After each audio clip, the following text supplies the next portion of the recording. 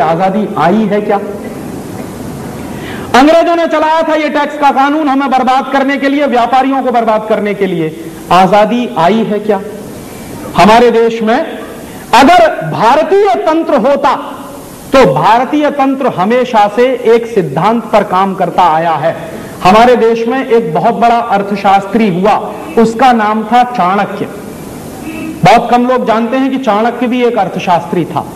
दुर्भाग्य क्या है कि हमारे अर्थशास्त्र की किताबों में चाणक्य का अर्थशास्त्र पढ़ाया ही नहीं जाता।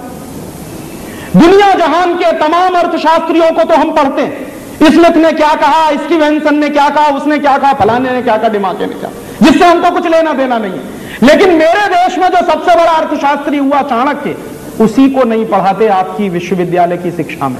माने गुलामी की शिक्षा है। चाणक्य जानते हैं क्या कहता था? एक बार चंद्रगुप्त और चाणक्य का झगड़ा हुआ। चाणक्य प्रधानमंत्री था, चंद्रगुप्त राजा था। तो चंद्रगुप्त और चाणक्य का झगड़ा हुआ। झगड़ा किस बात का हुआ? चंद्रगुप्त ने चाणक्य से कहा कि मुझे टैक्स कलेक्शन बढ़ाना, रेवेन्यू ज्यादा कलेक्ट करना। क्यों पूछा उसने? कि मुझे समाज सेवा के काम करने हैं। तो चाणक्य ने कहा कि समाज सेवा के काम तुम मत करो, इसके लिए समाज के लोग बहुत हैं, वो कर लेंगे।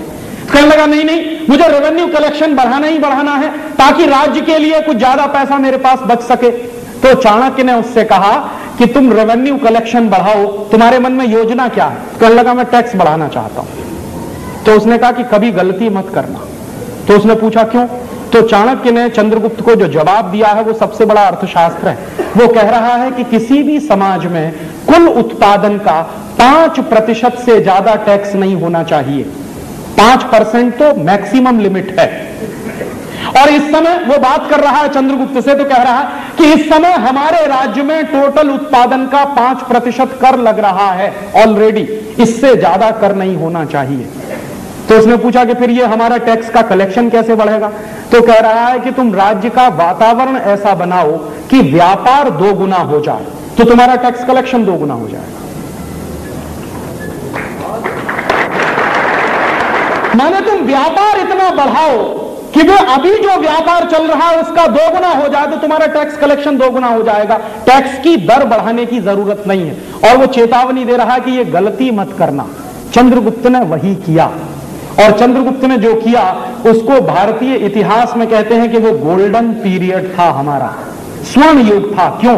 क्योंकि वही एक जमाना था जिस जमाने में टैक्स सबसे कम लगता था।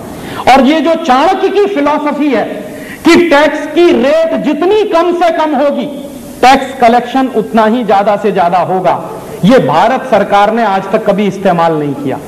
क्योंकि भारत सरकार स्वदेशी है नहीं, ये शरीर से दिखने में स्वदेशी है, इसमें काम करने वाले लोगों की आत्मा विदेशी है। अगर उनकी आत्मा देशी होती तो चाणक्य की इस फिलॉसफी को कब का इस देश में लागू किया गया होता। हमारे देश में एक ही नेता हुआ जिसने चाणक्य की इस आर्थिक फिलॉसफी को पूरी हिम्मत के साथ लागू करने की कोशिश की। शायद उसका नाम आप नहीं जानते होंगे। वो व्यक्ति था गुलाम बख्शी, जम्मू कश्मीर का चीफ मिनिस्टर हुआ। तो जब गुलाम बख्शी जम्मू कश्मीर का चीफ मिनिस्टर हुआ तो चाणक्य के अर्थशास्त्र को उसने पढ़ रखा था। तो चाणक्य के अर्थशास्त्र को पढ़ने के बाद उसने फैसला किया, चीफ मिनिस्टर बन गया, उसके तुरंत बाद उसने फैसला किया कि पूरे जम्मू कश्मीर में टैक्स की रिडक्शन करनी, टैक्स की दर कम करनी। और कितनी कम करनी है? उसने कहा मैक्सिमम 10%, इसके ऊपर नहीं जाना। तो हंगामा मच गया पूरे देश में। क्या हंगामा मच गया? बड़े बड़े अर्थशास्त्रियों ने यह चिल्लाना शुरू कर दिया कि यह जम्मू कश्मीर को डुबो देगा, टैक्स कलेक्शन नहीं आएगा, और टैक्स कलेक्शन नहीं आएगा तो सरकार नहीं चलेगी, राज्य नहीं चलेगा, राज्य के कामकाज नहीं चलेंगे, वगैरह वगैरह। पूरे देश में बहस चलने लगी। गुलाम बख्शी ने कहा कि मैं मुख्यमंत्री हो गया हूं, मैं ये करूंगा, और अगर चाणक्य ये कहता था तो एक बार करके तो देखूं, हो सकता है परिणाम निकल आए उसमें से। तो उस आदमी ने हिम्मत की और उसने टैक्स कम करते करते करते करते करते कहां तक ले गया? 10% पे ले गया। और उसने कहा 1 साल तक मैं यही चलाऊंगा। 1 साल उसने चलाया। 1 साल के बाद नतीजा जानते हैं क्या निकला? 1 साल पहले जम्मू कश्मीर में जितना टैक्स इकट्ठा होता था, जो टोटल रेवेन्यू कलेक्शन था, उसका 300 गुना ज्यादा दूसरे साल में कलेक्ट हुआ। माने जैसे ही उसने टैक्स की दर कम की, टैक्स का कलेक्शन उसका 300 गुना बढ़ा और सारे देश को उसने चुप करा दिया, उस एक व्यक्ति ने। और यह बात हिंदुस्तान में लागू होनी चाहिए थी। अंग्रेज चले गए, अंग्रेजों की टैक्सेशन की व्यवस्था खत्म होने के बाद अगर हिंदुस्तानी टैक्सेशन की व्यवस्था कोई आनी चाहिए थी तो वो ऐसी ही व्यवस्था होनी चाहिए थी जिसमें कम से कम टैक्स लगे लोगों के ऊपर और लोगों को छोड़ा जाए, मुक्त किया जाए।